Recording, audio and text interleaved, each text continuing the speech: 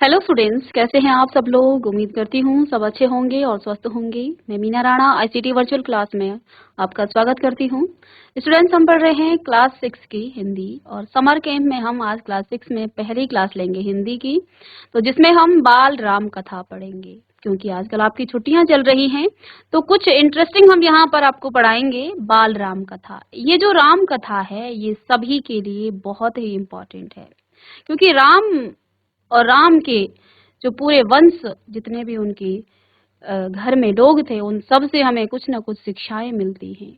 आज जहाँ लोग भाई भाई को मार रहा है, हमारे समाज में आज ये चल रहा है, वहीं राम और लक्ष्मण साथ में भरत जैसे भाई का यहाँ पर जो है बहुत ही अच्छे से यहाँ पर आप चरित्र पढ़ेंगे तो आपको लगेगा, आपको इनसे शिक्षाएं मिलेंगी कि राम के जीवन से हमें, संपूर्ण जीवन से हमें शिक्षाएं मिलती हैं। जहां राम ने पिता की आज्ञा के पालन के लिए 14 वर्ष का वनवास लिया, लक्ष्मण ने अपने बड़े भ्राता की सेवा के लिए अपना घर त्याग दिया, सीता ने राज सुखों का त्याग कर दिया और वन जा करके अपने पति की सेवा की। राम ने वन में जा करके सभी राक्षसों का वध किया और इधर जो है भरत ने भी 14 वर्ष तक राम राज्य का ही जो है उन्होंने चलाया और राम की सेवा में ही, राम के पीछे रहकर वो गद्दी पर नहीं बैठे, लेकिन उन्होंने राम के राज्य का ही संचालन किया। तो चलिए आज हम पढ़ेंगे अवधपुरी में राम, किस तरह से राम का जन्म होता है। इसके बाद अलग अलग अध्यायों में हम पढ़ेंगे इसे। तो चलिए चलते हैं स्मार्ट बोर्ड।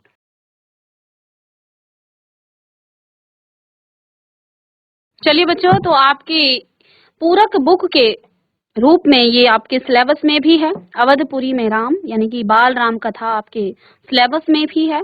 और अभी छुट्टियां हैं तो इसे हम समर कैंप में, ताकि आपको चीजें इंटरेस्टिंग भी लगे, आप कहानी सुने। राम कथा तो सभी ने जाना है, सभी ने सुना है, लेकिन जब हम उसे टीवी में सीरियल के रूप में देखते हैं तो इतना ज्ञान हमें नहीं मिलता है ना।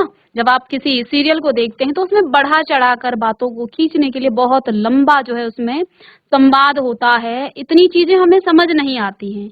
लेकिन इसी कथा को जब आप पढ़ोगे तो आपको संपूर्ण ज्ञान होता है राम के बारे में, कि राम कौन थे, उनके वंशज कौन थे, उनके पिता कौन थे, सारी बातें आपको यहाँ पर पढ़ाया जाएगा। बड़े ध्यान से और बड़े इंटरेस्टिंग तरीके से आप इसे सुनेंगे। तो आइए, आज हमारा पहला अध्याय है बाल राम कथा का, अवधपुरी में राम। तो यह कथा अवध की है और बहुत पुरानी है। ठीक है। अवध में सरयू नदी के किनारे एक अति सुंदर नगर था, अयोध्या। सभी अर्थों में दर्शनीय, देखने लायक, भव्यता जैसे उसका दूसरा नाम हो। अयोध्या में केवल राजमहल भव्य नहीं था, उनकी एक एक इमारत आलीशान थी। आम लोगों के घर भव्य थे, सड़कें चौड़ी थी, सुंदर बाग बगीचे, पानी से लबालब भरे सरोवर थे। तो यहाँ अवध की बात हो रही है। ये कथा है अवध की और ये कहानी बड़ी पुरानी है। अवध में सरयू नदी के किनारे एक बहुत ही सुंदर नगर था जिसका नाम था अयोध्या, और सही अर्थों में दर्शनीय, देखने लायक, यानी कि अगर कहें तो ये एक देखने लायक नगर था। भव्यता जैसे उसका दूसरा नाम हो। अयोध्या में केवल राज भव्य नहीं था, राजमहल, इस पूरे राज्य में राजमहल ही भव्य नहीं था, बल्कि उसकी एक एक इमारत आलीशान थी, यानी कि जो आम प्रजा थी उनकी इमारतें भी आलीशान थी। आम लोगों के लिए के जो घर थे वो भव्य थे, सड़कें चौड़ी थी, सुंदर बाग बगीचे, पानी से लबालब भरे सरोवर थे, यानी कि संपूर्ण सुख जो है अवध में था। फसलें सरयू नदी के साथ खेलती थी और अयोध्या हर तरह से संपन्न नगरी थी।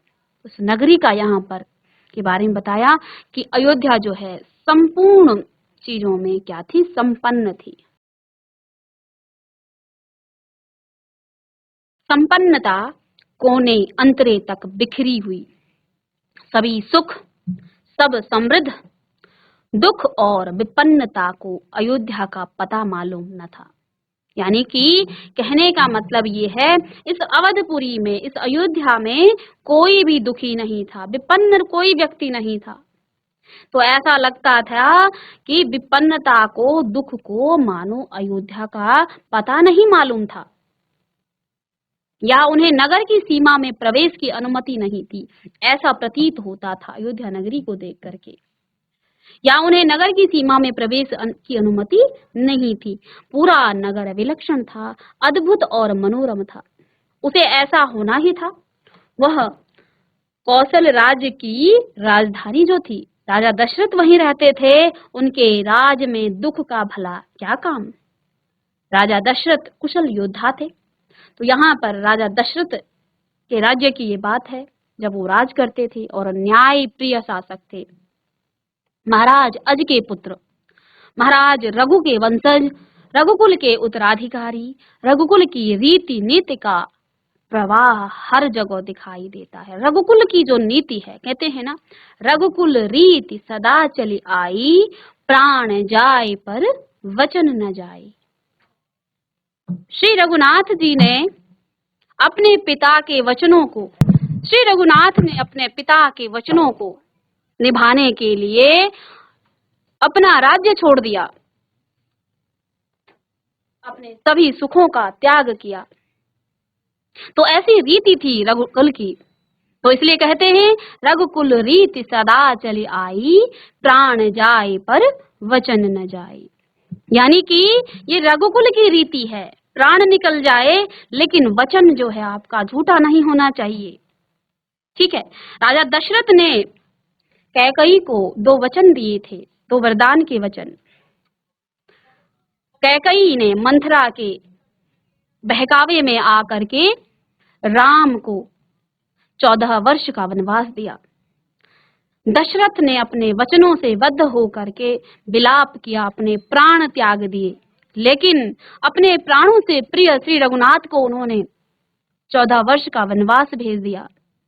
लेकिन अपने वचनों से वो तब भी नहीं मुकरे। उन्होंने अपने पुत्र राम से कहा कि तुम मेरा विद्रोह करो, मैं अपने वचनों से बद्ध हूं, लेकिन तुम मेरा विद्रोह करो। लेकिन राम तो पितृभक्त थे, उन्होंने अपने पिता के वचनों की मर्यादा रखी, उन्होंने अयोध्या को त्याग दिया। जबकि दशरथ चाहते थे, वो मजबूर थे, वो अपने वचनों से वचनबद्ध थे। दशरथ राजा ने अपने प्राणों को त्याग दिया, अपने वचनों को पूरा किया। इधर यही उसी महाराज अज के पुत्र, महाराज रघु के वंशज, रघुकुल के उत्तराधिकारी, राजकुल की रीति नीति का प्रभाव हर जगह दिखाई देता था। सुख समृद्धि से लेकर के बात व्यवहार तक लोग मर्यादाओं का पालन करते थे, सदाचारी थे, पवित्रता और शांति हर जगह थी, नगर में भी, लोगों के मन में भी। राजा दशरथ यशस्वी थे, उन्हें किसी चीज की कमी नहीं थी। सुख और राज सुख था, सभी चीज तरह से जो है राजा दशरथ संपन्न थे। लेकिन उन्हें एक दुख था, वो छोटा सा दुख मन के कोने में छिपा हुआ, वह रह रहकर उभर आता था, उन्हें जो है सालता रहता था। उनके कोई संतान नहीं थी, आयु लगातार बढ़ती जा रही थी। उनकी 3 रानियां थी, कौशल्या, सुमित्रा और कैकई। तो राजा दशरथ की 3 रानियों का नाम क्या था? उनकी रानी का नाम, 3 रानियां थी, कौशल्या, सुमित्रा और कैकई। रानियों के मन में भी बस यही एक दुख था, संतान की कमी। तो उनके रानियों के मन में भी बस यही दुख था कि उनको संतान की कमी थी। मन में ही बस यही एक दुख था, संतान की कमी। जीवन सूना सूना लगता था। राजा दशरथ ने से रानियों की बातचीत प्राय इसी विषय पर आकर रुक जाती थी। राजा दशरथ की चिंता बढ़ती जा रही थी। तो इधर जो है राजा दशरथ को बड़ी चिंता थी कि मेरे पास सब चीजें हैं, संपन्न राज्य है, लेकिन इस राज्य का कोई उत्तराधिकारी नहीं है। उनकी 3 रानियां थी और उनकी बातें अक्सर इसी बात पर होती थी कि आगे इस राज्य का क्या होगा, हमारा क्या होगा। बहुत सोच विचार कर महाराज दशरथ ने इस संबंध में वशिष्ठ मुनि से चर्चा की। तो इधर राजा दशरथ ने जो है बड़ा सोच विचार किया और वशिष्ठ मुनि से इस बारे में विचार की। उन्हें पूरी बात विस्तार से बताई। रघुकुल के अगले उत्तराधिकारी के बारे में अपनी चिंता जताई। तो उन्होंने बताया वशिष्ठ मुनि से कि मेरी कोई संतान नहीं है और मेरे राज्य का कोई उत्तराधिकारी नहीं है, तो इसका जो है कोई हल आप निकालें। तो इधर मुनि वशिष्ठ राजा दशरथ की चिंता समझते थे। उन्होंने दशरथ को यज्ञ करने की सलाह दी। और यज्ञ कौन सा किया? पुत्रैष्ठी यज्ञ इन्होंने किया था। महर्षि ने कहा आप पुत्रैष्ठी यज्ञ करें, महाराज आपकी इच्छा अवश्य पूरी होगी। तो इन्होंने जो है, देखो हर राज्य में जो है एक राजगुरु होता है जो उनके सभी राजकाजों में उनका जो है साथ देते हैं, उनको जो है मार्गदर्शन करते हैं। इधर वशिष्ठ मुनि ने उन्हें कहा कि आप पुत्रैष्ठी यज्ञ का आयोजन करें और इससे जो है आपके कुल में पुत्र की जो है प्राप्ति आपको होगी। यज्ञ महान तपस्वी ऋष्य श्रृंग की देख रेख में हुआ। तो इधर जो है यज्ञ की तैयारी की गई और ये यज्ञ जो है महान तपस्वी जो है ऋष्य श्रृंग की देख रेख में हुआ। पूरा नगर उसकी तैयारी में लगा हुआ था। यज्ञशाला सरयू की नदी के किनारे बनाई गई। यज्ञ में अनेक राजाओं को निमंत्रण किया गया। तमाम ऋषि मुनि पधारे। शंख ध्वनि और मंत्रोच्चार के बीच एक एक करके सबने आहुति डाली। यज्ञ जब किया जाता है तो आहुति उसमें सभी लोग डालते हैं। अंतिम आहुति राजा दशरथ की होती है। जब भी कोई यज्ञ होता है तो यज्ञ कराने वाला कोई भी जो है यज्ञ कराता है तो अंतिम जो आहुति होती है, जिसे पूर्ण आहुति कहा जाता है, वो उस व्यक्ति के द्वारा होती है जो उस कार्य को करवा रहा हो, यानी जो घर का मालिक होता है। या आपने भी देखा होगा अपने घरों में छोटा सा आप हवन वगैरह करते हैं तो उसमें भी पूर्ण आहुति डाली जाती है। तो यहाँ पर ऐसा ही कुछ राजा दशरथ ने अंतिम आहुति डाली। यज्ञ पूरा हुआ। अग्नि के देवता ने महाराज दशरथ को आशीर्वाद दिया। कुछ समय बाद दशरथ की इच्छा पूरी हुई और इधर जो है अग्नि के देवता ने यहाँ आकर के राजा दशरथ को आशीर्वाद दिया। तो इधर यज्ञ पूरा हुआ। अग्नि के देवता ने राजा दशरथ को आशीर्वाद दिया और कुछ समय बाद दशरथ की इच्छा पूरी हुई। तीनों रानियां पुत्रवती हुई। महारानी कौशल्या ने राम को जन्म दिया। इधर जब इनकी तीनों ही रानियां पुत्र गर्भवती हुई तो इसके बाद महारानी कौशल्या ने राम को जन्म दिया, जो कि राजा दशरथ के प्रथम पुत्र थे। इनका जन्म चैत्र मास की नवमी के दिन हुआ।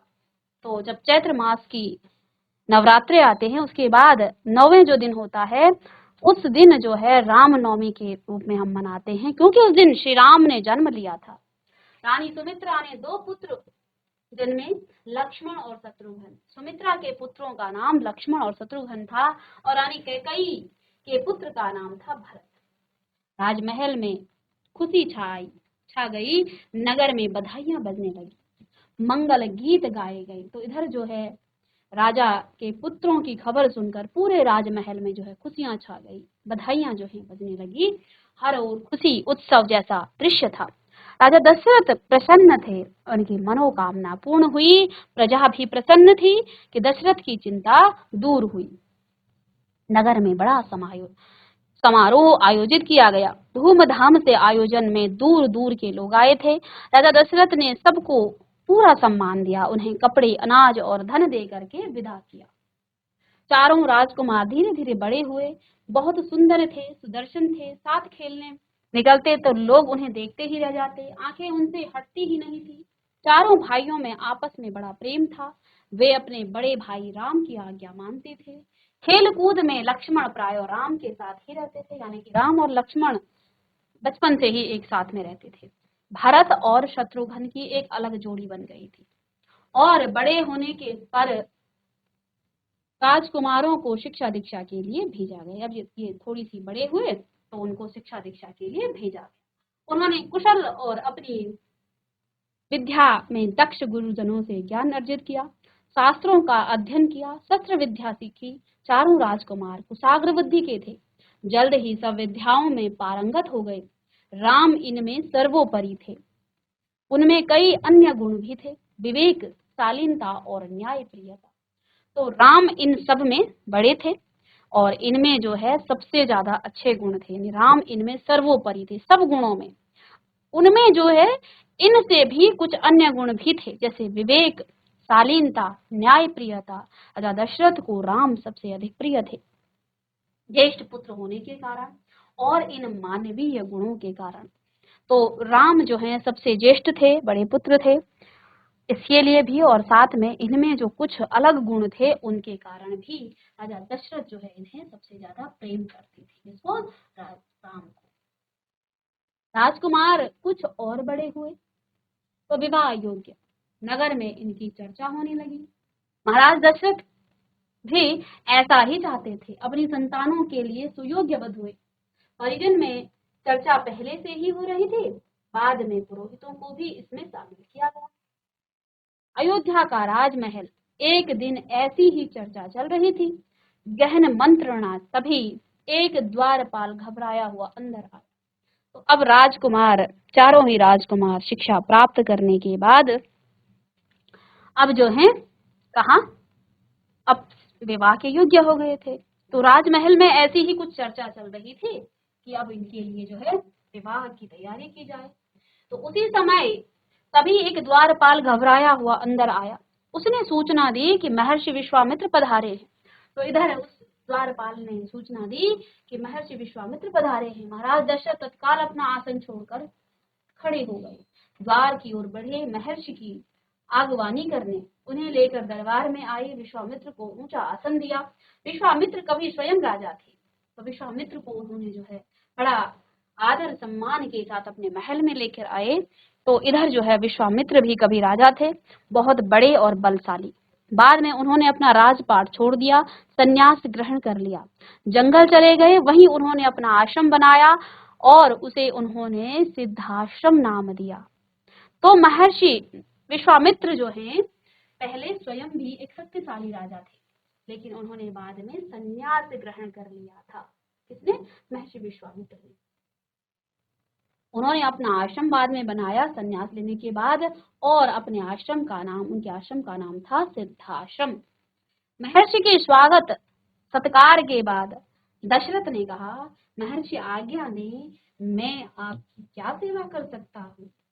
तो जब उनका आदर सत्कार किया गया, महाराज दशरथ ने उनसे कहा कि हे महर्षि, मुझे आज्ञा दें, मैं आपकी क्या सेवा कर सकता हूँ? आप अपने मन की बात कहिए, आपकी आज्ञा पूरी तरह पालन होगा, यानी आपकी आज्ञा का पूरी तरह से पालन होगा।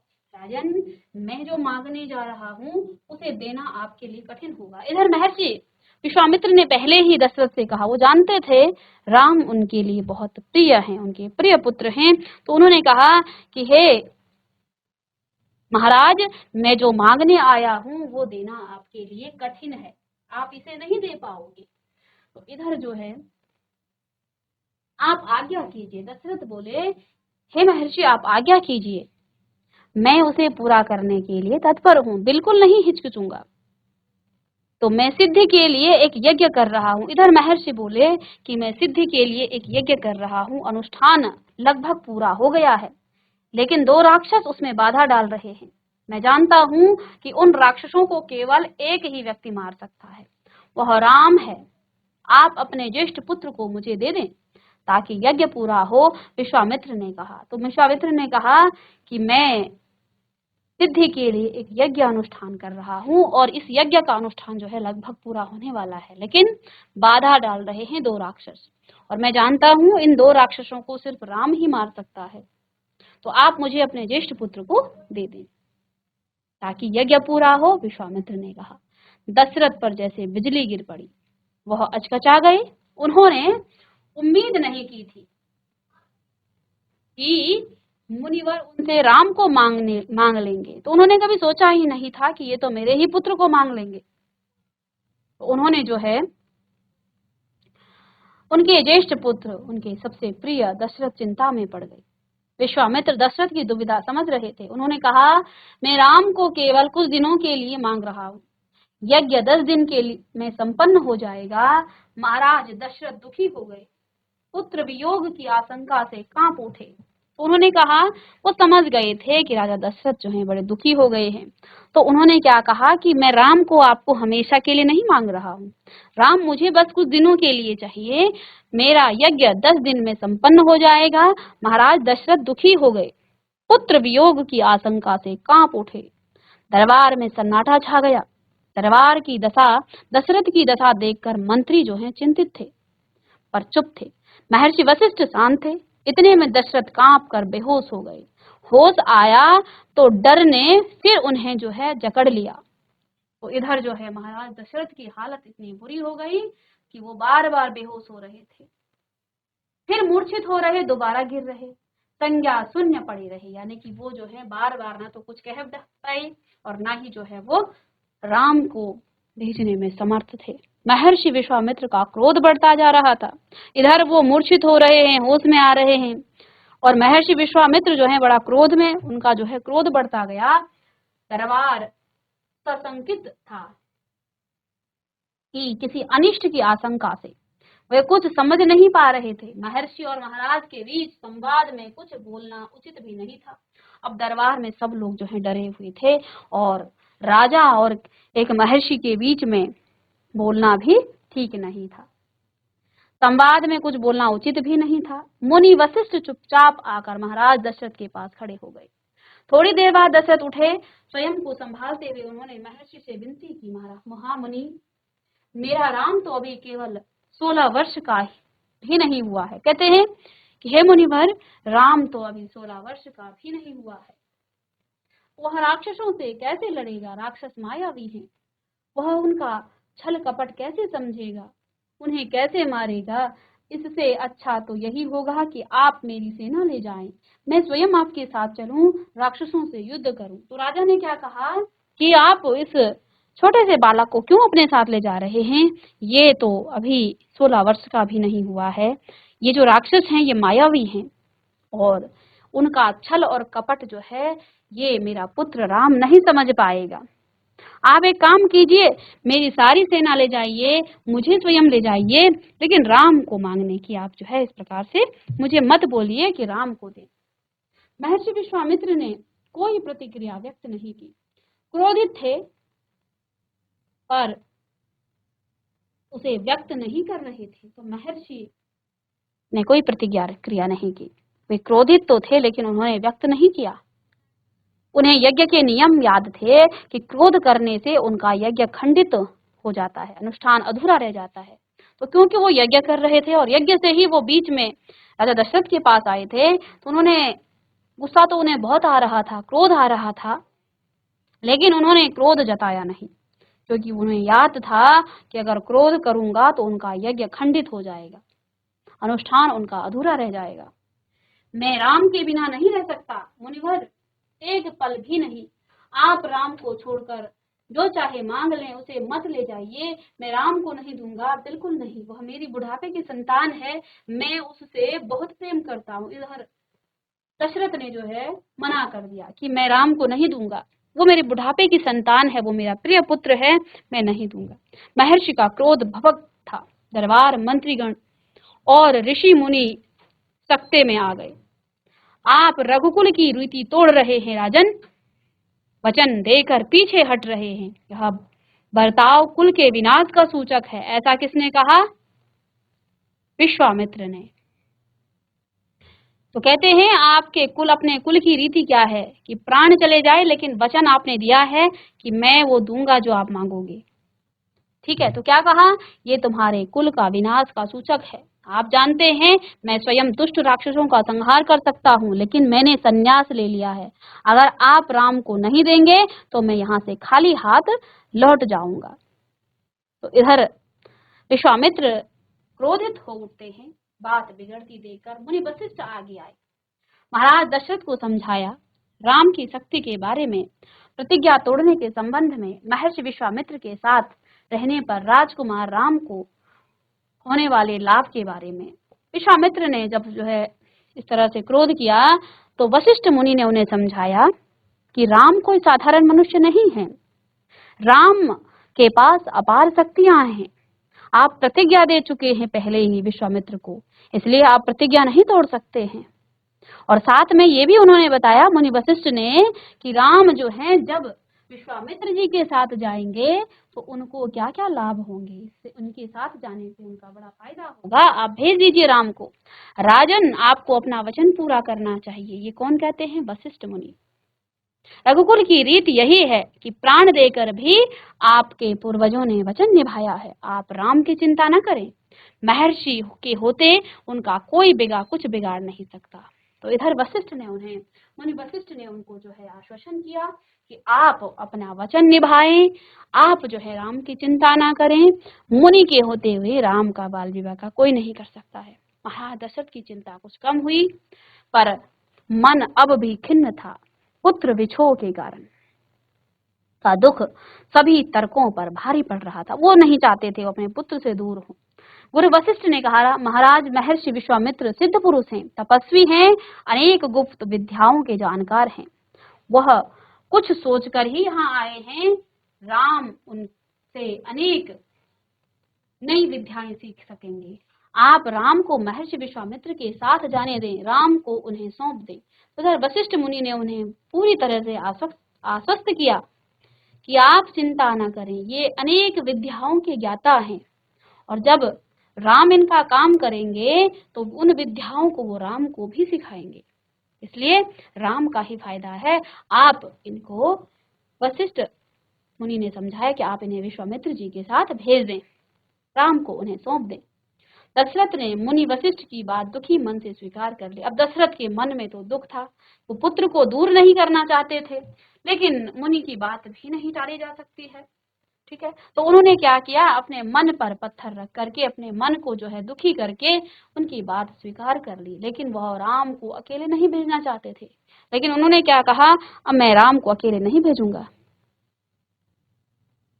उन्होंने विश्वामित्र से आग्रह किया, कहा वे साथ में राम के साथ उनके छोटे भाई लक्ष्मण को भी ले जाएं। महर्षि विश्वामित्र ने महाराज दशरथ का यह आग्रह स्वीकार कर लिया। तो उन्होंने कहा ठीक है। राम और लक्ष्मण को तत्काल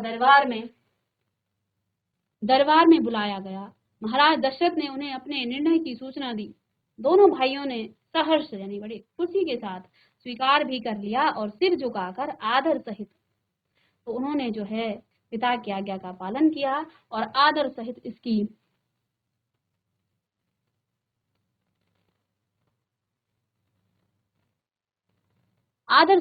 सूचना माता कौशल्या को दी गई।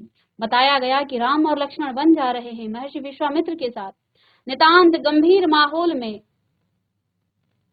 स्वस्ति वचन हुआ, शंख ध्वनि हुई, नगाड़े बजे। महाराज दशरथ ने भावुक होकर दोनों पुत्रों का मस्तक चूमकर उन्हें महर्षि को सौंप दिया। दोनों राजकुमार बिना विलंब किए महर्षि के साथ साथ चल पड़े बिहड़ और भयानक जंगलों की ओर। विश्वामित्र आगे आगे चल रहे थे, राम उनके पीछे थे। लक्ष्मण राम से 2 कदम पीछे, उनके धनुष संभाले हुए, अपने धनुष को संभाले हुए, पीठ पर तुरीण बांधे, कमर में तलवारें लटकाई।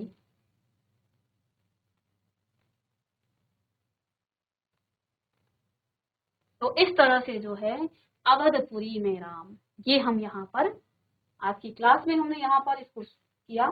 तो कल हम देखेंगे कि किस तरह से राम लक्ष्मण जो है जब मुनि विश्वामित्र के साथ जाते हैं तो वहां अनेक राक्षसों का वध करने के साथ साथ वो अनेक विद्याएं भी सीखते हैं मुनि वशिष्ठ के साथ ही। क्योंकि अभी परिचर्चा, यहाँ पर चर्चा उनकी सभा में चल रही थी कि इन पुत्रों का विवाह किया जाए।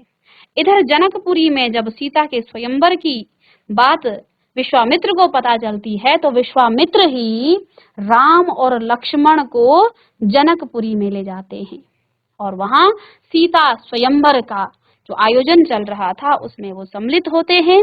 यहीं से सीता और चारों भाइयों का विवाह जनक की चारों पुत्रियों के साथ होता है। ये हम कल की क्लास में पढ़ेंगे कि किस प्रकार से राम लक्ष्मण अनेक राक्षसों का वध करते हैं। इसके बाद विश्वामित्र उन्हें अनेक शस्त्र विद्याएं सिखाते हैं, अनेक गुप्त कलाएं उनको सिखाते हैं, जिससे वो रावण और अनेक मायावी राक्षसों का आगे वध करते हैं। तो ये जो पहला अध्याय था अवधपुरी में राम, इसमें हमने देखा किस प्रकार से राम लक्ष्मण भरत और शत्रुघ्न का जन्म होता है। राजा दशरथ जो है पुत्रेष्टि यज्ञ का आयोजन करते हैं और इस यज्ञ के बाद उन्हें अग्नि के देवता आशीर्वाद देते हैं। उनकी 3 रानियां हैं, कौशल्या, सुमित्रा और कैकेयी। तो कौशल्या के गर्भ से श्री राम जन्म लेते हैं। सुमित्रा लक्ष्मण और शत्रुघ्न के की माता हैं। तो इस तरह से हमने यहाँ पर आज की क्लास में अवधपुरी में राम पढ़ा। तो बच्चों, आज की क्लास में हमने पढ़ा अवधपुरी में राम, जिसमें हमने जाना कि कैसे अयोध्या का जो अवध का जो राज्य था, अयोध्या, यहाँ पर प्रजा जो है किस प्रकार से राजा दशरथ के राज्य में प्रसन्न थी। यहाँ के पशु पक्षी सभी जो हैं बड़े खुश थे। राजा दशरथ ने एक यज्ञ किया, जिसके बाद इनके 4 पुत्रों ने जन्म लिया, राम, लक्ष्मण, भरत और शत्रुघ्न। 3 रानियां उनकी थी, और इसके बाद राम, लक्ष्मण, भरत, शत्रुघ्न चारों भाइयों की शिक्षा दीक्षा होती है। और इसके बाद विश्वामित्र राजा दशरथ से राम को मांगने आते हैं, जिस पर राजा दशरथ पहले तो हिचकिचाते हैं, लेकिन वशिष्ठ मुनि उन्हें समझाते हैं कि विश्वामित्र स्वयं एक जो है महर्षि हैं, वो राम का बाल विवाह का नहीं होने देंगे, और राम भी स्वयं भी राम में अपार शक्तियां हैं। इसके द्वारा राम उन मायावी राक्षसों को मार सकेंगे, और साथ में विश्वामित्र से वो अनेक विद्याएं सीखेंगे। तो अब राम और लक्ष्मण विश्वामित्र जी के साथ वन की तरफ चले। कल की क्लास में हम पढ़ेंगे कि कैसे राम लक्ष्मण उन राक्षसों का वध करते हैं, विश्वामित्र का जो यज्ञ है वो संपन्न होता है। उसके बाद वो अनेक विद्याएं राम लक्ष्मण को सिखाते हैं और जनकपुरी में जाते हैं सीता स्वयंवर में। तो मिलते हैं नेक्स्ट लेक्चर में, तब तक के लिए थैंक यू।